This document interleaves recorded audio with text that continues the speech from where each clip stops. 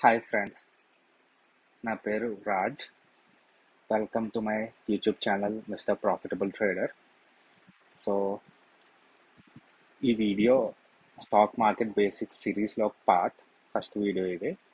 So ఈ వీడియోలో ఏంటంటే అసలు స్టాక్ మార్కెట్ అంటే ఏంటి, ఎందుకు ఒక కంపెనీ వాళ్ళ షేర్స్ని స్టాక్ ఎక్స్చేంజ్లో పెట్టి మనలాంటి ఇన్వెస్టర్స్కి సెల్ చేస్తారు, దాని వెనకాల ఉన్న రీజన్ ఏంటి అనేది తెలుసుకుందాం. సో ఫర్ ఎగ్జాంపుల్, XYZ అనే కంపెనీని తీసుకుందాం. ఒక 3 ప్రమోటర్స్ ఆర్ ఓనర్స్ కలిపి XYZ అనే కంపెనీ పెట్టారనుకోండి. దాని వెనకాల ఉన్న మెయిన్ గోల్ ఏముంటుంది? మెయిన్గా వాళ్ళు ఎక్కువ ప్రాజెక్ట్స్ తెచ్చుకోవడం అండ్ వాళ్ళ రెవెన్యూ కూడా దానికి ప్యారలల్గా పెంచుకుంటూ వెళ్దాం కదా.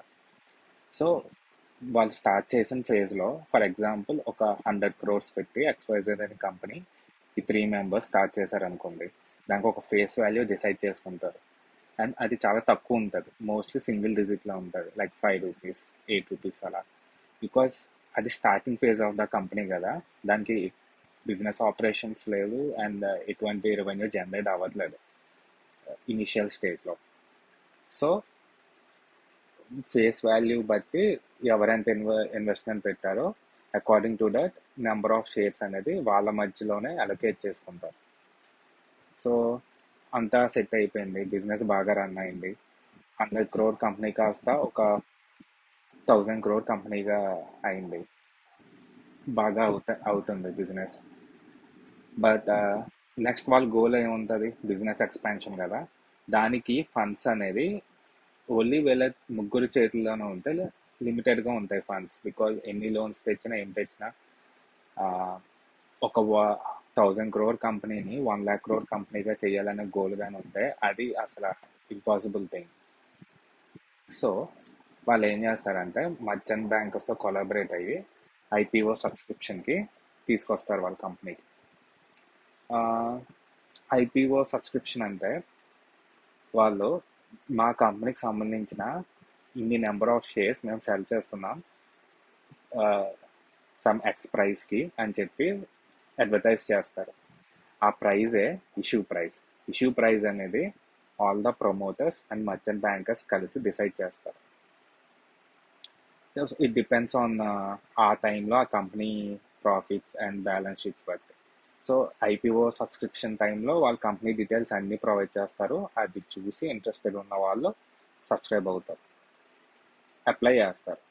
సో అప్లై చేసిన వాళ్ళందరికీ అలొకేట్ అవుతాయని లేదు, బికాస్ కొన్ని కంపెనీస్కి ఓవర్ సబ్స్క్రిప్షన్ అవుతుంది. సో లైక్ వాళ్ళు ₹100 అనుకోండి, వాళ్ళు ఫిక్స్ చేసిన issue price. 1 lakh shares cell చేద్దాం అనుకుంటే 3 lakh షేర్స్కి అప్లై చేశారనుకోండి, DII, FII and retail investors కలిసి. వీళ్ళు ఎవరనేది నేను చెప్తాను తర్వాత. ఓకే, సో 1 lakh షేర్స్ ఉంటే 3 lakh షేర్స్కి అప్లికేషన్స్ వచ్చాయి.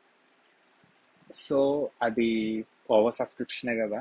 దానివల్ల ఏంటంటే అది లిస్టింగ్ అయ్యే టైంకి దానికి ఉన్న డిమాండ్ బట్టి ₹100 ఇష్యూ ప్రైస్ కాస్త అది స్టాక్ ఎక్స్చేంజ్లో లిస్ట్ అయ్యే టైంకి 150 అవ్వచ్చు, 200 అవ్వచ్చు, లేదా ఇంకా ఎంతైనా దానికి ఉన్న డిమాండ్ బట్టి అవ్వచ్చు.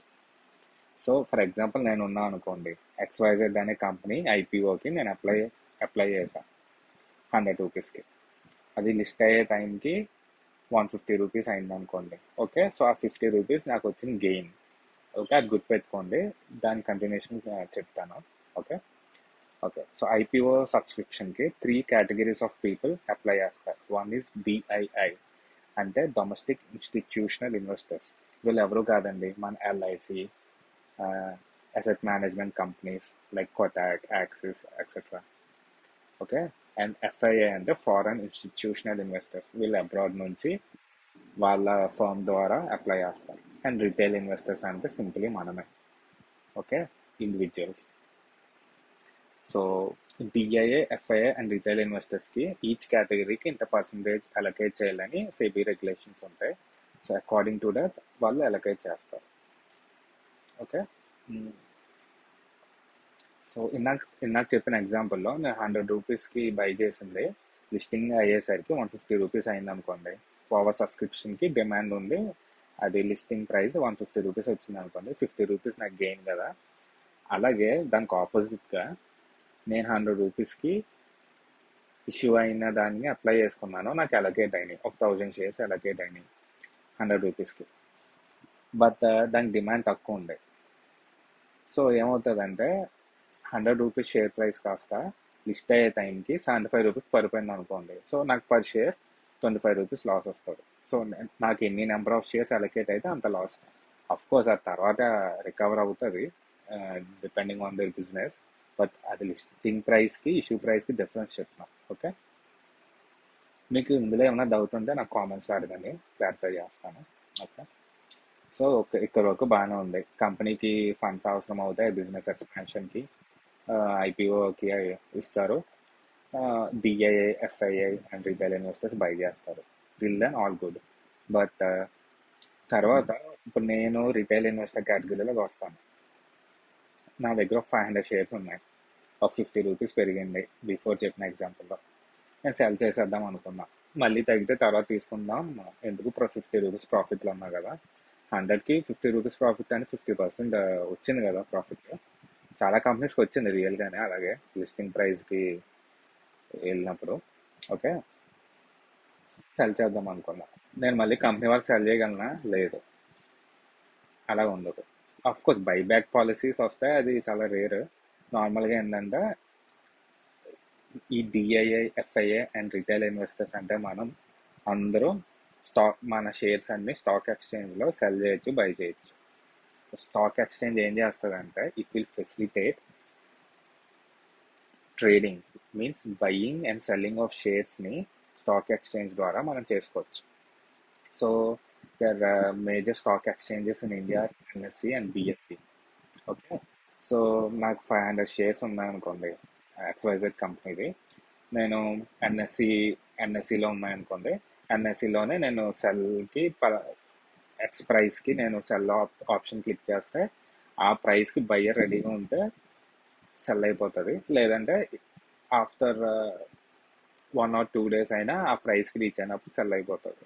ఓకే, అలా కాకుండా నేను మార్కెట్ ప్రైస్ పెడితే ఆ డే ఆ మినిట్ ఎవరైతే బై ఆప్షన్ క్లిక్ చేశారో అరౌండ్ దట్ ప్రైస్, అప్పుడున్న మార్కెట్ ప్రైస్కి సరౌండింగ్లో వాళ్ళకి సెల్ అయిపోతుంది. ఓకే,